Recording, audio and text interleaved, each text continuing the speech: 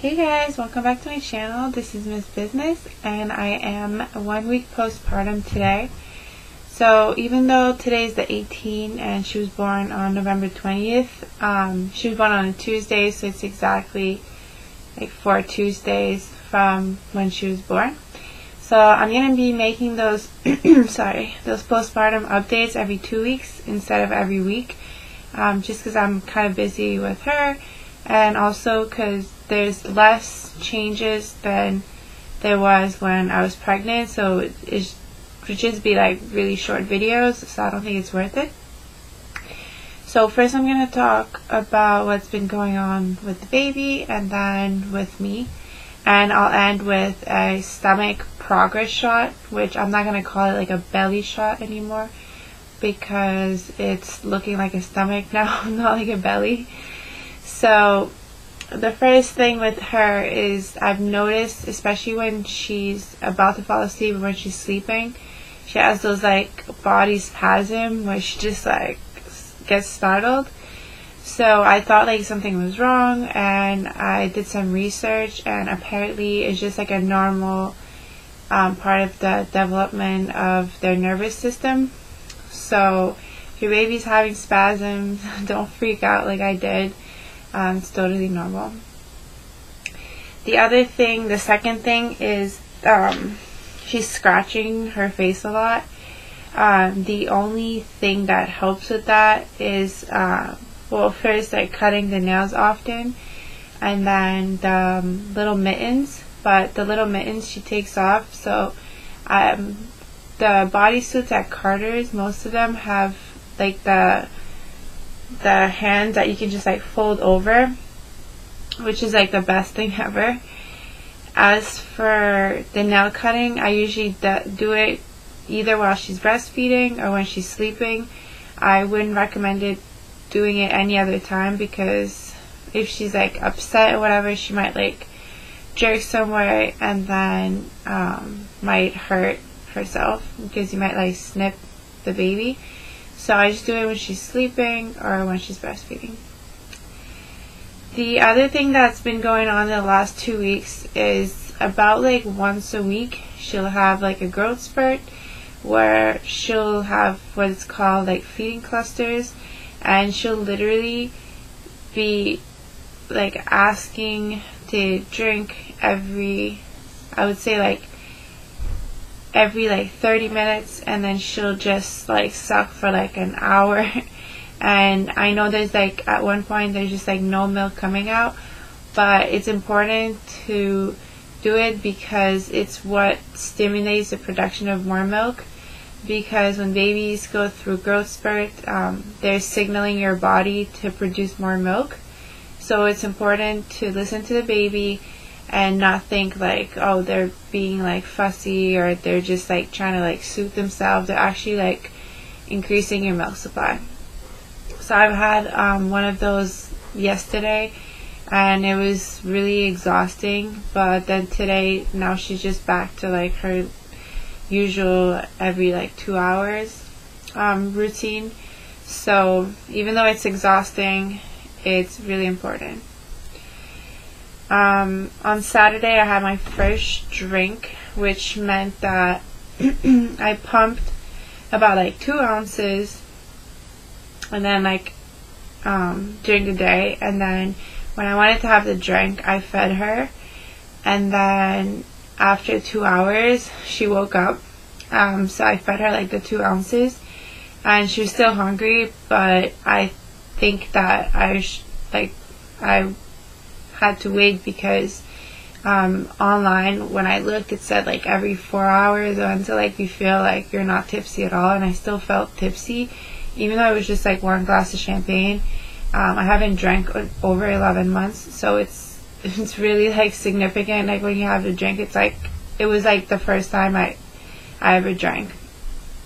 So for the first time I gave her some formula which is like the pre-mixed formula, so it's like a liquid thing, and it just smells like total shit. It smells like an old like soy shake that's been left in the sun for days. She didn't want it at first, then she drank it. But I don't know, I don't feel comfortable like giving her that much of that. But in emergency situations, which it wasn't like an emergency, but when you have nothing else, it's better than nothing. So I'm kind of glad that I got those. I actually got a lot of formula by the mail, by Infamil and Similac, as like a new baby promotion. So I don't know how much I'm going to be using those, but definitely I don't mind like supplementing with that, but I just don't think it should be, for me, I just don't think I would want to drink that just because it just smells so bad. So maybe if you guys know of a formula that doesn't smell bad, maybe let me know. The other thing is she's been co-sleeping in my bed, and I've just like been reading a lot of stuff online about like people rolling over their babies being suffocated by blankets, which is called the SIDS, the sudden infant death syndrome. So from now on, I just don't want her to sleep in my bed, which is extremely difficult because she starts crying every time I put her in her bassinet. So I have to wait until like she's sleeping, and then I put her in the bassinet. But sometimes like I fall asleep waiting for her to fall asleep. So now, from now on, I have to like put an alarm on my phone when I think I'm gonna fall asleep, and then after like I'll put it like for an hour, and then I'm gonna wake up and put her in her bassinet while she's sleeping, because I just don't want to take a chance with her. Another symptom is she's been getting a little bit of baby acne, which is called neonatal acne, and it doesn't look like gross like big pimples. It's just like little, almost like a heat rash. So I don't know if it's my fault because I put some moisturizer on her face 2 days ago, but I read online that I should just like clean her face with like a hot cloth, or maybe her like newborn wash, which is from Babo Organics, and it's like a newborn foam wash. It's like a shampoo and like face and body wash. So maybe I'm gonna start that. They say you shouldn't use like any acne products, obviously, because their skin's so sensitive. But she does have an appointment on the 27th, so I'm gonna bring it up to the pediatrician then. The last symptom, which is, oh, I'm so crouched. Then last symptom, which is not a symptom, but it's like a progress. She can actually like hold her head now. So I've been trying to give her like the tummy time, which is when you put like the baby on the floor. I don't put her on the floor. She has like a little exercise gym, and I prop her hands like on a pillow, and she's supposed to roll over. She rolls over sometimes, but mostly she just like holds her head like a little bit up, and then she like rests it on the side. It's really good that she can like hold her head, because it's like way less scary when you're holding her, because a lot of newborns, like when you hold them, it's like a bobblehead, like their head just goes like back and forth, and it's really scary because you feel like they're gonna hurt themselves. She's actually been holding her head since like the first day, which is really impressive. I don't know if she was like working out in my belly or what's going on, but I'm really happy. But now it's like to the point where she can like lift it and like turn it around and like look around, which is nice. Now for the mommy symptoms. So I'm going on the end of the bleeding, so it's not like blood anymore, it's more like the end of the period, if any ladies know what I'm talking about. It's not really blood, it's more like something else, like brownish discharge. Yeah, so I'm looking forward to not being wearing a pad every day for a month. The other thing is, I haven't weighed myself yet, but I feel like I've just been losing weight quickly, even though I'm eating kind of a lot. And I think that has to do with the breastfeeding. The other symptom, which is an awful one, and I don't wish it on anyone, is I, for the first time in my life, have, I don't know if I'm saying this right, hemorrhoids, which is like swollen gland in the butthole, and it's really painful. So I went to the pharmacy and I asked them like what I could take, and the pharmacist basically told me that I shouldn't take any medicine to heal it because it has like vessel constrictors, and that could be harmful when you're breastfeeding. So the only thing he told me to get was those witch hazel pads, which kind of take away like the discomfort.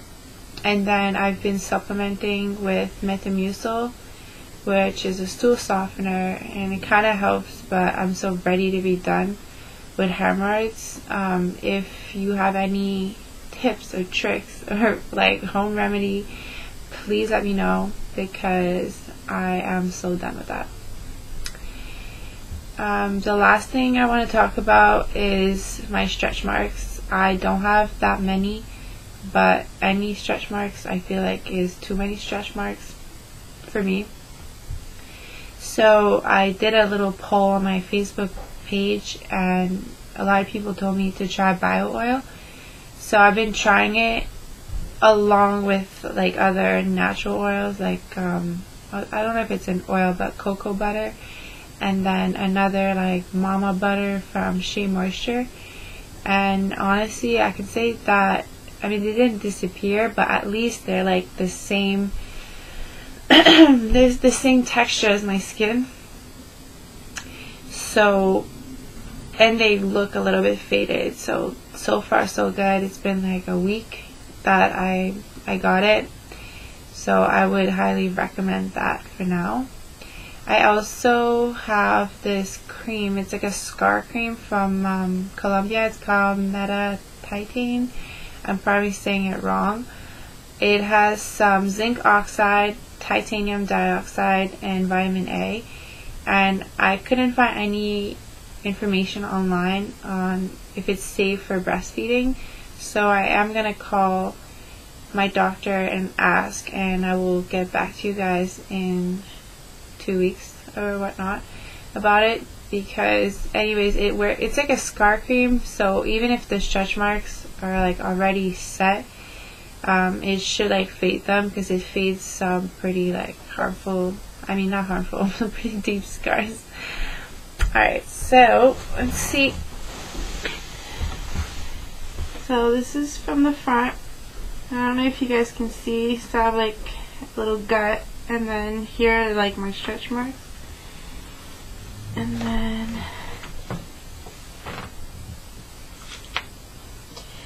so I have some fat here, but every week is a little better. Alright guys, I will see you in 2 weeks for my 6 weeks postpartum update.